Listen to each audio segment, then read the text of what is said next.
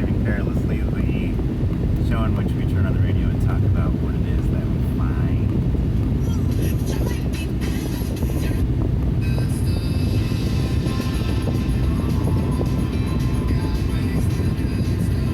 Send out text messages asking folks if they want what he's selling. Random text messages to people that he doesn't even know. And so Jackson a texter. That's an interesting concept. We had junk mail, and of course it still exists. And we've got the so-called, so seemingly targeted junk mail, where they put your name at the top. So you think, oh, maybe this isn't junk mail, maybe this is something for me, as opposed to something for anyone. And then of course we have emails trying to sell you something. And then we've got text messages trying to sell you something. And these things must be profitable in some way because people keep doing them, right? If crooks are using their time wisely, then they must be making some money somehow. Reminds me of when I was a telephone solicitor and the company I was working for was doing something illegal but very easy to do, which is, I didn't realize it was illegal at first. You get a list, I suppose it's from the phone company, I don't know, whoever used to make phone books. You get a list of the numbers in sequential order, and you call the numbers that are in between. The numbers that are in between the listed numbers are the unlisted numbers, and the unlisted numbers don't get very many calls. So the percentage of talking to a stranger and getting some money out of them is low. You just call lots and lots of people. But if you're talking to people who don't get many calls, the percentage is not as low. So if somebody was a good telephone solicitor, then they would be given the opportunity to call the in-betweens. And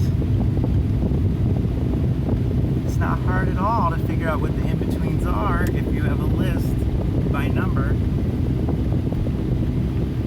1, 2, 3, 4, 5. 1, 2, 3, 4, 7. Huh. That means 1, 2, 3, 4, 6 is one of those targeted ones. And it's the same with the phone numbers that you text.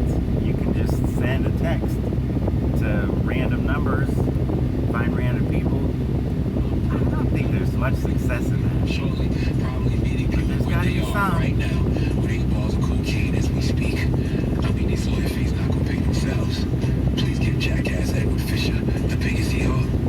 I wonder what he was talking about. Kind of interesting. And that way you can get the parts that you need to make your...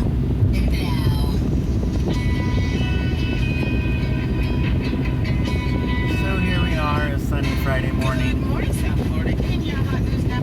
It's not beastly hot yet. It's hot. So Josh Allen's coming. 9:30 in the morning. Si me tienes a mí. Y entonces ella lo que quiere es... Let's get ready for the throwdown. It's about to go down. Oye, Adela, para ti. Gracias, amor. Oye, para ti, de los...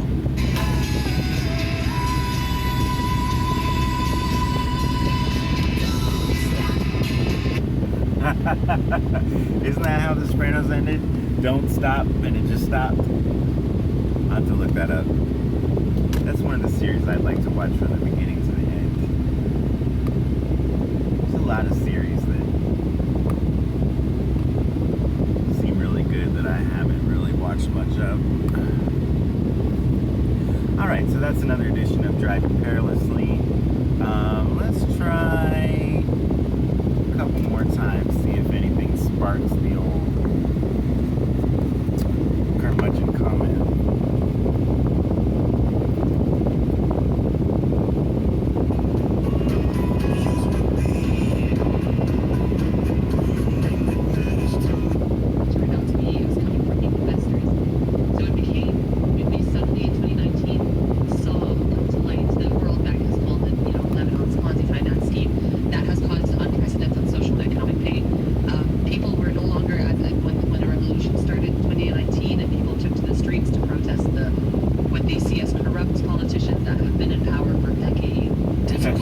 We don't have the right to end life because of those things. It's not on the list. Okay, I'll talk about that. To protest what they see as corrupt politicians who've been in power for decades. Don't you have a boss? Your boss is consolidated power. And that leads to corruption, doesn't it? I mean, doesn't it?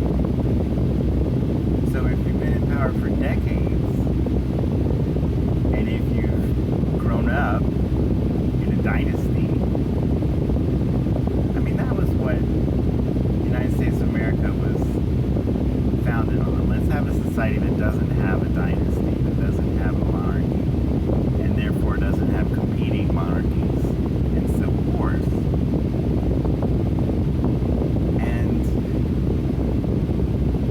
See the value in that anymore. I'm not saying if you have a monarchy you need to overthrow it, but I'm saying if you don't have a monarchy,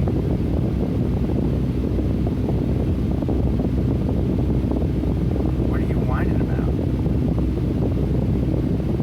There's always going to be rich people, but without a monarchy that gives a chance for somebody else to become rich, and somebody rich to become poor.